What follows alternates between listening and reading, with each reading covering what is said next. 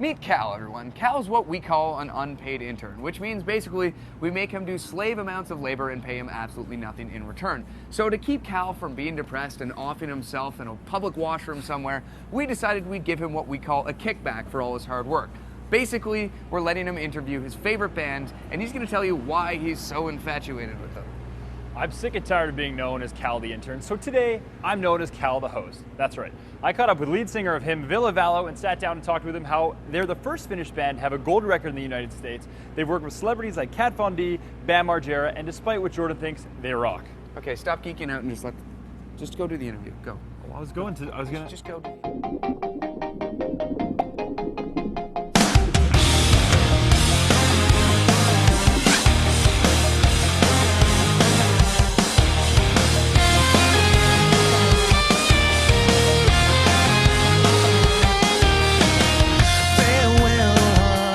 A bit of sobering up.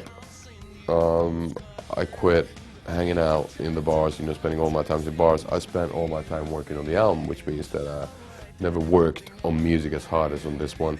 And then a big difference was that we, for the first time, utilized the talents of a North American producer, Matt Squire, originally from DC.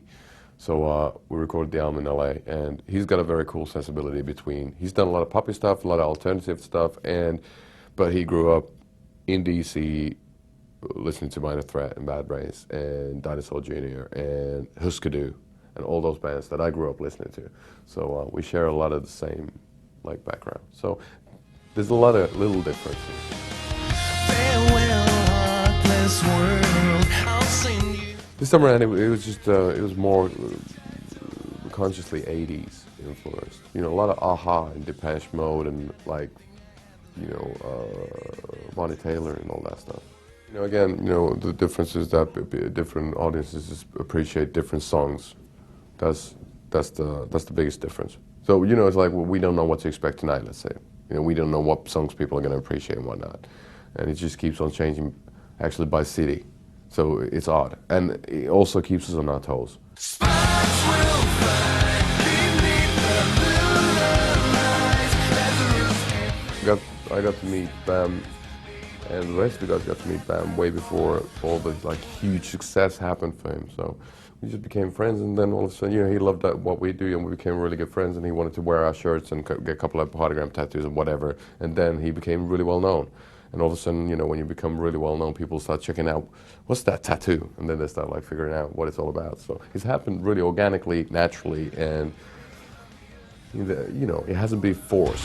Killer.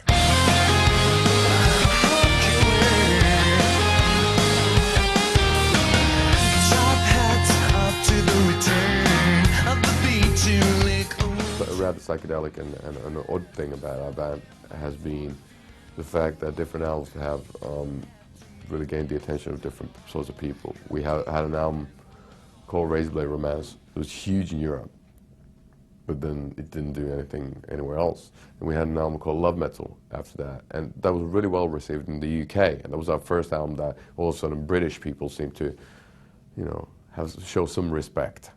Then Dark Light was the first album that a lot of people in North America got to hear. So it's been kind of like the evolution, using that word. It has been kind of, one album's appreciated in one country or one area, one continent, and then the next somewhere totally different. So there's no way of knowing, who like the new album. I don't have a clue.